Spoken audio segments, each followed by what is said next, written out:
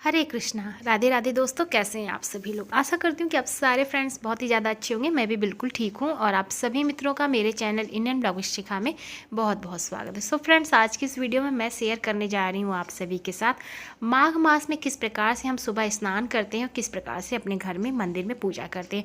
यानी कि आज की जो वीडियो है वो माघ स्नान पर है और माघ स्नान पूजा विधि मैं आप लोगों के साथ शेयर कर रही हूँ। सबसे पहले माघ स्नान का जो है नियम यानी जो लेते हैं हम, वह पौष पूर्णिमा से शुरू होता है और माघ की पूर्णिमा तक समाप्त किया जाता है। इसकी पूर्णाहुति माघ पूर्णिमा पे होती है।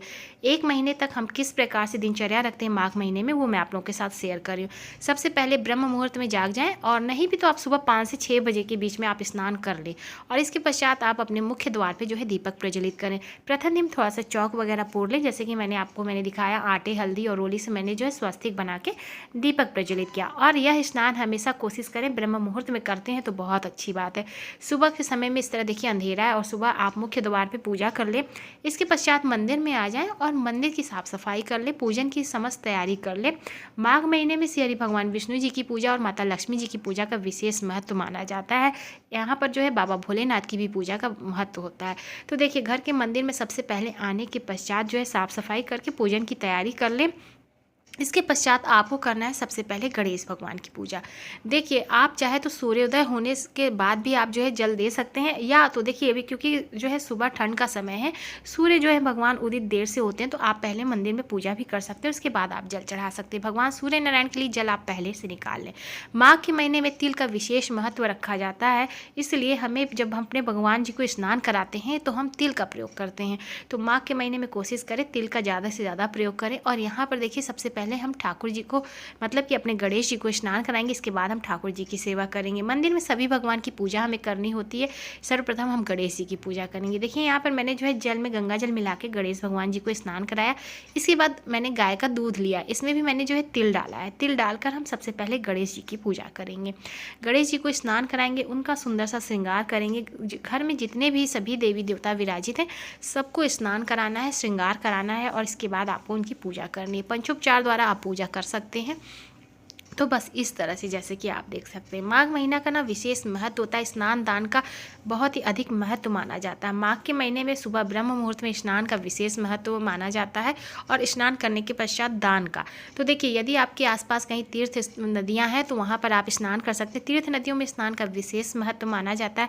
माघ के महीने में मेले में जैसे कि आपने देखा कुंभ का मेला है, तो कल्पवास भी सभी लोग करते हैं। तो एक महीने का जो है नियम लिया जाता है कि सुबह ब्रह्म मुहूर्त में स्नान करना है और अपने घर के मंदिर में पूजा करने।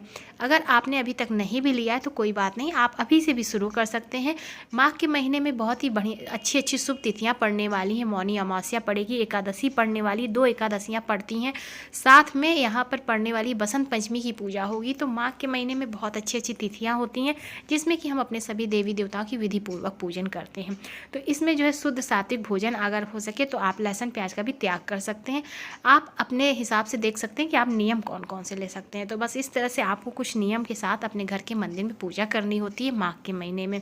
माघ के महीने में देखिए, इस तरह से शंख का विशेष महत्व माना जाता है। शंख से ठाकुर जी का स्नान कराया जाता है।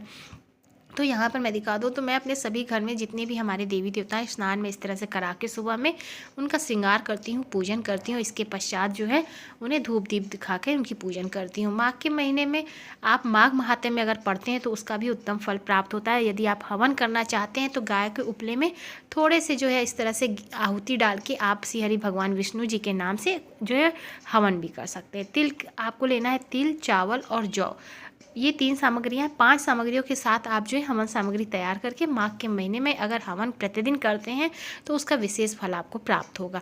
तो तिल का आप हो सके अधिक से अधिक जो है प्रयोग करें। तो देखिए, माघ के महीने में मेरी सुबह की यही पूजा जो होती है, मैं प्रतिदिन जैसे आप प्रतिदिन पूजा करते बिल्कुल आपको उसी तरह से करनी है। बस आपको थोड़े से ध्यान देना है कि आपको सुबह माघ के महीने में जल्दी उठ जाना है। सूर्योदय होने से पहले पहले आप उठ जाएँ और अपनी पूजा कर लें। तो देखिए, यहाँ पर मैं अपने घर के मंदिर में सभी देवी देवताओं की पूजा कर रही हूँ। यहाँ पे मैंने जो है सभी भगवान जी को स्नान करा के पुष्प अर्पित करके इस तरह से मैं जो है धूप दीप दिखा देती हूँ। अब हम यहाँ पे जो है ठाकुर जी की सेवा करेंगे। देखिए माघ के महीने में ठाकुर जी की सेवा करना विशेष महत्व माना जाता है। कहते हैं कि भगवान को माघ का महीना अत्यंत प्रिय है, जैसे कार्तिक का महीना, उसी प्रकार से माघ का महीना भी भगवान श्री हरि विष्णु जी के लिए अत्यंत प्रिय माना जाता है। इस महीने में हम ठाकुर जी की तिल से सेवा करते हैं। इसमें जो है हम सबसे पहले भगवान को स्नान कराएंगे। स्नान कराने के लिए देखिए पहले मैंने अपने मंदिर में सबसे पहले गणेश जी की पूजा की। जब भी आप पूजा प्रारंभ करें सबसे पहले गणेश जी की पूजा कर लें, इसके पश्चात आपको ठाकुर जी की पूजा करनी है। तो थोड़ा सा इस तरह से मैंने देखिए एक प्लेट लिया है, पात्र, जिसमें हम ठाकुर जी को स्नान कराएंगे और यहाँ पर हम जो है अपने नारायण जी को विराजित करें, साथ में हमारे शालिग्राम जी हैं। आप चाहे तो सभी देवी देवताओं को एक साथ भी स्नान करा सकते हैं। लड्डू गोपाल जी को विराज के मैं अलग अलग कराती हूँ, तो इसलिए मैं आपको जो है इस तरह जैसे मैं करती हूँ मैं आप लोगों के साथ वही शेयर कर रही हूँ। तो देखिए 3 बार इस तरह से आचमनी कराएंगे। इसके बाद ठाकुर जी को हल्के गुनगुना पानी, देखिए माघ के महीने में ना स्नान जो होता है ठंडे पानी से किया जाता है, ये हमारे लिए है, लेकिन हम अपने भगवान को जो है हल्के गुनगुने पानी से स्नान कराते हैं, क्योंकि माघ के महीने में ठंडे पानी का जो है स्नान बहुत ही विशेष माना जाता है। आप अपने स्वास्थ्य के हिसाब से कर सकते हैं। इसके पश्चात देखिए मैंने गाय का कच्चा दूध लिया है और उसमें मैंने जो है थोड़ा सा तिल इस तरह से समर्पित किया। तिल डालकर हम प्रभु को स्नान कराएंगे। आप चाहे तो थोड़ा सा तिल का उपटन बना के भी लगा सकते हैं।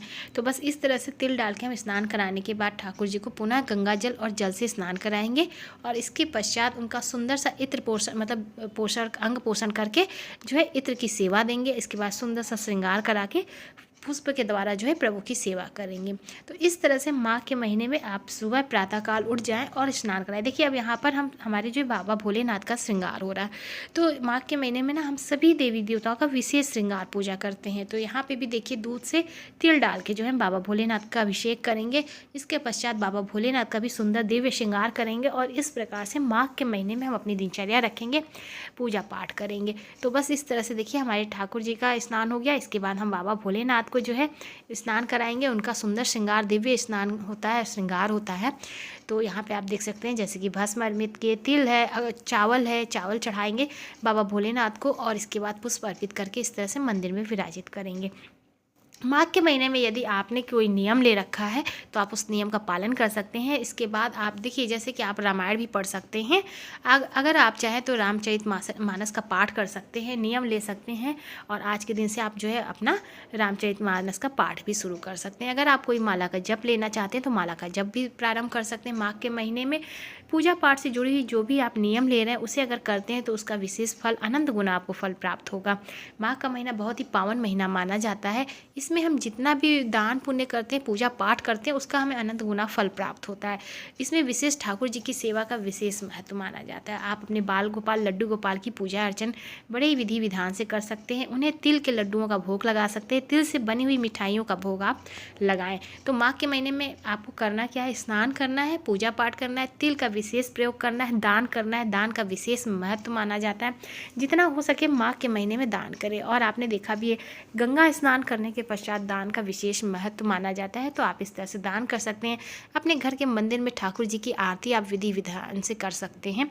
तो बस यहाँ हमारे मंदिर में देखिए सुबह का जो है स्नान, श्रृंगार, पूजा पाठ हो चुका है और अब हो रही है हमारे ठाकुर जी की आरती।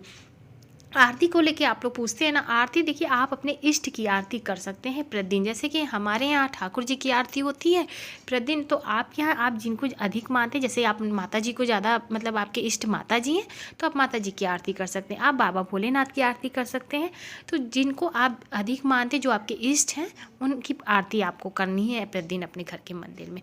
तो बस यहाँ देखिए हम अपने ठाकुर जी की आरती कर रहे हैं और इस प्रकार से माघ के महीने में हमारी दिनचर्या रहती है। उम्मीद करती हूँ कि ये वीडियो आप लोगों को पसंद आई होगी। और हाँ, माघ के महीने में आपको पूजन पाठ करने के पश्चात जो है सबसे पहले जब आप पूजा पाठ कर लें, इसके बाद आपको भगवान सूर्य नारायण को अर्घ्य देना है और माता तुलसी जी की पूजा विशेष रूप से करनी है। माघ के महीने में माता तुलसी जी की पूजा का विशेष महत्व माना जाता है। जिस प्रकार हम कार्तिक के महीने में माता तुलसी जी की पूजा करते हैं, बिल्कुल उसी प्रकार से माघ के महीने में हमें सूर्य भगवान की पूजा करनी है और माता तुलसी जी की पूजा करनी है। तुलसी जी माता के पास आप जल अर्पित करें, उनको जो है धूप दीप द्वारा उनकी पूजन करें, परिक्रमा कर सकते हैं और आप सूर्य भगवान को अर्घ्य जरूर से दें। तो इस प्रकार से जो है आप माघ महीने में कुछ नियम अपना के माघ मास का स्नान और पूजा पाठ का विशेष फल प्राप्त कर सकते हैं। कुछ ना कुछ हो सके तो प्रतिदिन थोड़ा बहुत दान जरूर से किया करें। थोड़े से दान के भी देखिए अपने अपने सामर्थ्य के हिसाब से आप दान कर सकते हैं। तो माघ के महीने में दान का भी विशेष महत्व माना जाता है। जितना हम दान करेंगे उसका अधिकाधिक फल हमें प्राप्त होता है। तो इस प्रकार से आप माघ के महीने में अपनी दिनचर्या रख सकते हैं।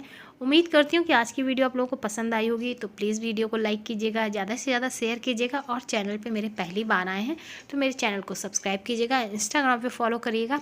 मैं मिलूँगी आप सभी मित्रों को नए से अच्छे से वीडियो के साथ। तब तक के लिए हरे कृष्णा, राधे राधे, जय श्री राधे।